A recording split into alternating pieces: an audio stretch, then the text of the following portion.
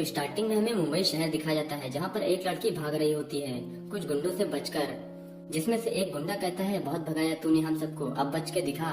फिर वहीं पर हमें दिखाया जाता है कि एक गाड़ी आकर रुकती है, जिसमें से एक आदमी उतरता है और वो हंसते हुए कहता है क्या समझी थी छोकरी, तू मेरा राज जानकर बच जाएगी, तुझे क्या लगा तू मुझे फांसी लगवा देगी? बेवकूफ, वो रिपोर्टर मेरा ही आदमी था, तूने मुझे निशा का रेप करते देख लिया था, मैंने तुझे गवाही न देने के लिए 10 लाख रुपए भी दिए, पर तू मुझे सजा दिलवाना चाहती है, तुझे क्या लगा कि तू ऐसा कर लेगी? पांड्या डाल इसे गाड़ी में, वैसे तू कम हंसी नहीं, तेरा भी रेप करने में बड़ा मजा आएगा, जैसे मैंने अपनी पीए निशा का किया था, उसे भी मेरा राज पता चल गया था। फिर विक्रम कहता है पर डर मत, रेप के बाद तुझे भी जहन्नुम पहुंचा दूंगा जैसे उसे पहुंचाया था। फिर ऐसा कहते हुए विक्रम आगे बढ़ता है, लेकिन कुछ कुत्ते उसका रास्ता रोक लेते हैं। इस पर विक्रम कहता है ये कुत्ते कहाँ से आ गए, किल देम। लेकिन तभी हमें दिखाई पड़ता है डोगा, और डोगा वहाँ पर आते ही कहता है एक कुत्ता यहाँ भी है विक्रम चौहान। इस पर विक्रम चौंक कर पूछता है कौन है वहाँ। तब हमें दिखाया जाता है मुंबई का बाप, रात का रक्षक डोगा। इस पर विक्रम कहता है पांड्या भूल डाल इसे। फिर डोगा उससे कहता है डोगा कोई चना नहीं है हरामखोर, जिसे तुम जैसे कीड़े भून डालेंगे। डोगा का कहना सच था, क्योंकि वो किराए के मामूली गुंडे थे। डोगा के नाम से ही थर-थर कांपने लगते हैं। कहते हैं जब गीदड़ की मौत आती है तो वो शहर की ओर भागता है, कहावत सच ही है। विक्रम कहता है तेरी मौत मेरे हाथों ही लिखी है कुत्ते। इस पर डोगा कहता है डोगा के जुनून को देख मौत भी कई दफा लौट गई है, जब मौत डोगा को ना मार सकी तो तेरे जैसे कीड़ों की क्या ही औकात है। अपराध का रास्ता चुनने से पहले डोगा के बारे में क्यों नहीं सोचा?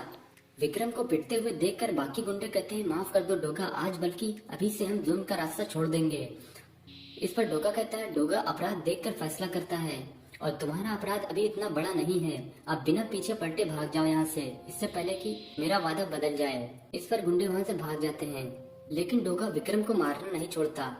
डोगा कहता है तू जानता है जब किसी औरत पर रेप होता है तो उसे किस दर्द से गुजरना पड़ता है, क्या बीतती है उस पर, उस दर्द का एहसास तुझे जरूर करवाऊंगा। जब किसी के शरीर को नोचा जाता है उधर देख, मौत तेरी तरफ बढ़ रही है, तेरे खून की गंध उसे आकर्षित कर रही है। फिर हमें एक जानवर दिखाया जाता है जो थोड़ा बहुत कुत्ते की तरह लग रहा था। इस पर डोगा बताता है ये बॉडी है, मौत की कगार पर था, पर मेरे म्यूटेंट जीन्स ने बचाया इसे, पर अब भूख बहुत लगती है इसे, और इसका खाना हो तुम जैसे हैवान।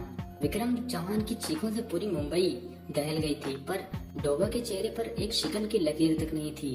फिर डोगा वहाँ से चल पड़ता है, और हमें दिखाया जाता है कि डोगा के कुत्ते विक्रम को नोच नोच कर खा गए।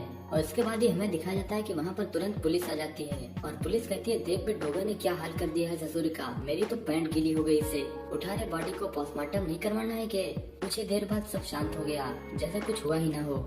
चाय की चुस्कियों के साथ धीरे धीरे ये खबर भी फैल गई। अब इस बात की चर्चा कई जगह पर होने लगी थी, और न्यूज़पेपर में भी जाहिर सी बात है ये बातें छप गयी।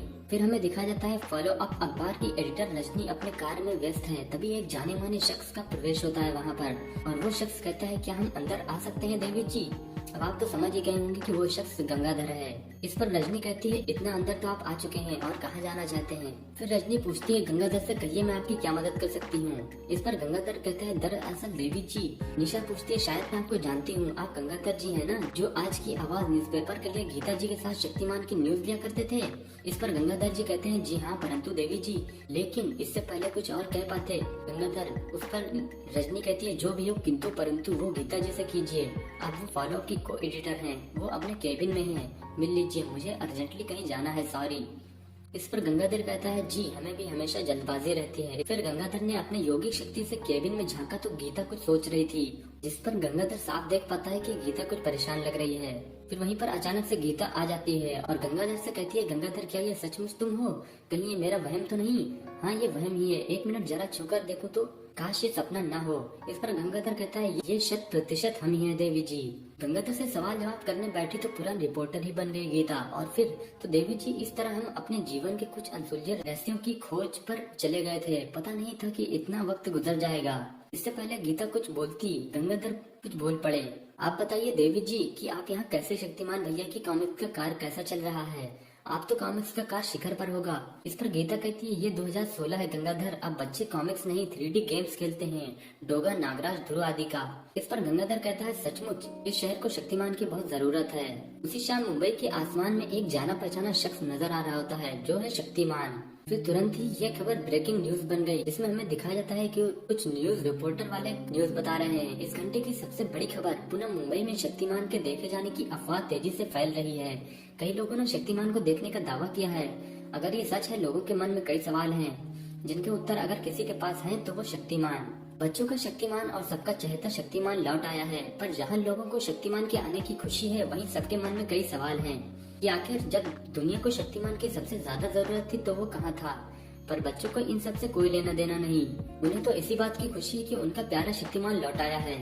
अब तक शक्तिमान कहाँ था, अगर ये कोई पता लगा सकता है तो वो है गीता विश्वास, जिन्हें कई लोग शक्तिमान की प्रेमिका भी मानते हैं। और इस बात का सबूत है कि उन्होंने अब तक शादी नहीं की। और इसी में से एक आदमी बोल पड़ता है, मुंबई का पुराना हीरो लौट आया है, अब डोगा का क्या होगा। डोगा को तो अब रिटायर होना पड़ेगा, क्योंकि शक्तिमान तो हिंसा के खिलाफ है और डोगा का काम हिंसा से ही होता है।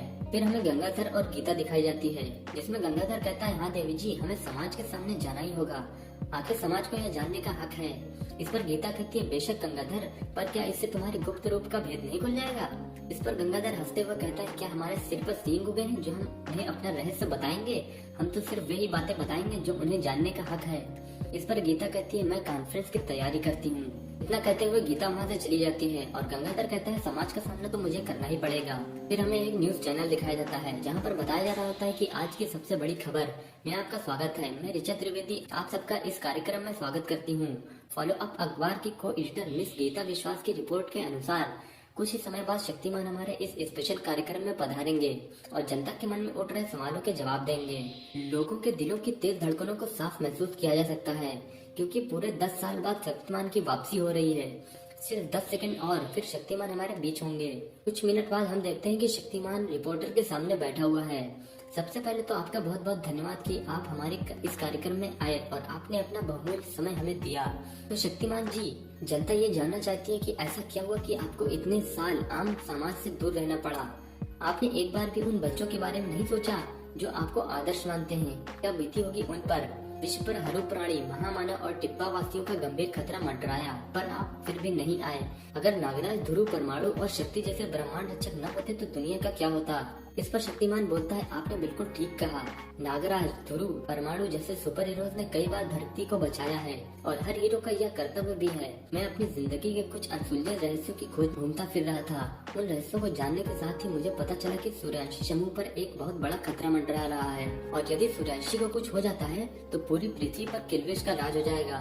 और मैं जनता को बताना चाहूंगा कि जिन संकटों का सामना ब्रह्मांड रक्षकों ने किया, उनके पीछे अप्रत्यक्ष रूप से किल्विश का ही हाथ था। सूर्यवंशी समूह की किल्विश को अब तक रोके हुए है जीवों की ऊर्जा के मुख्य स्रोत यानी शक्ति पुंज के जरिए। शक्ति पुंज एक तरह से पृथ्वी की आत्मा कही जा सकती है, जो हर जीवित प्राणी की आत्मा को ऊर्जा देती है। शक्ति पुंज किल्विश के हाथों में आ चुका था और अब अगर उसे कोई रोक सकता था तो वह थी प्रथम सूर्यवंशी, श्री शक्ति की आत्मा जो मुझ में निवास करती है। किल्विश की शक्ति का सामना करने के लिए मुझे योग साधना में जाना पड़ा और अपनी आत्मिक ऊर्जा से मैंने उसे हराया, पर उसे मार नहीं पाया। शक्तिपुंज का आधा हिस्सा जो किल्विश के पास था, हमने वह भी हासिल कर लिया और अब सूर्यवंशी उसमें समाहित पाप ऊर्जा को दूर कर रहे हैं ताकि उसे शक्तिपुंज के दूसरे हिस्से से जोड़ा जा सके। अब तो आप समझ ही गए होंगे कि मैं आपको छोड़कर कहीं गया नहीं था, बल्कि वही काम कर रहा था जो ब्रह्मांड रक्षक करते हैं, यानी पृथ्वी की रक्षा। इस पर रिपोर्टर कहती है कि उम्मीद है जनता आपके तर्क से सहमत होगी। शक्तिमान जी, एक और सवाल आपसे।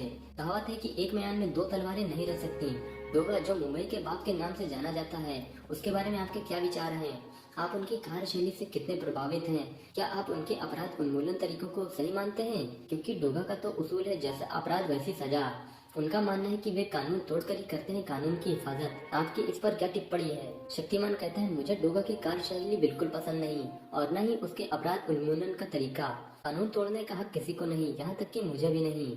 उसे भी ध्रुव, तिरंगा, परमाणु या इंस्पेक्टर स्टील की तरह काम करना चाहिए और अगर वह नहीं करता तो मैं उसे बेनकाब कर दूंगा और कानून के हवाले कर दूंगा। अब से डोगा को मैं और जाने नहीं लेने दूंगा, ये मेरा वादा है। इस पर रिपोर्टर कहती है, तो दोस्तों ये थे हमारे, आपके और बच्चों के चहेते सुपर हीरो शक्तिमान के विचार। शक्तिमान जी ने न सिर्फ अपने जाने की वजह बताई, बल्कि उनका ये भी मानना है कि वह सबकी जीत भी लगभग तय है, यानी तामराज किल्विश नाम का वह शैतान जिसने पहले भी अपने शैतानों के जरिए मुंबई में दहशत मचाई थी। और फिर हमें दिखाया जाता है कि डोगा भी वो न्यूज देख रहा था। इस पर डोगा कहता है, शक्तिमान अपने कर्तव्य से पीछे नहीं हट सकता। ये तो मुझे भी मालूम है, पर ये मीडिया, इस पर डोगा के बगल खड़ा उसका भाई चीता कहता है पर शक्तिमान ने ये भी कहा है कि वह डोगा की मनमानियां नहीं चलने देगा। लेकिन भला डोगा भी कहाँ चुप रहने वाला था। इस पर डोगा कहता है हम दोनों अपनी जगह पर सही हैं शक्तिमान, पर जो चैलेंज तुमने डोगा को दिया है उसका जवाब भी तुम्हें जरूर मिलेगा। अगले दिन हमें दिखाया जाता है किसी आम नागरिक का घर मुंबई।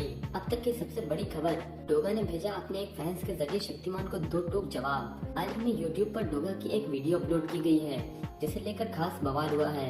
वीडियो अपलोड करने वाले शख्स से पूछताछ पर पुलिस को पता चला है कि वीडियो डोगा ने ही उस शख्स को दी थी और यूट्यूब पर अपलोड करने को कहा था। आप भी देखिए ये एक्सक्लूसिव वीडियो। फिर हमें डोगा की वो वीडियो दिखाई जाती है जिसमें डोगा कहता है मैं शक्तिमान की कदर करता हूँ, पर दुनिया उसके हिसाब से नहीं चलती, अपराध भी नहीं चलेंगे। डोगा का न्याय शक्तिमान के आ जाने से बदल नहीं जाएगा। मेरा उसूल है जैसा क्राइम वैसी सजा, यह उसूल कोई बदल नहीं सकता, मैं भी नहीं। अपराधियों की नाक में नकेल डालने के लिए शक्तिमान भी मुझे रोक नहीं सकता। यह डोगा का कमिटमेंट है और एक बार जो मैंने कमिटमेंट कर दी तो मैं अपने आप की भी नहीं सुनता।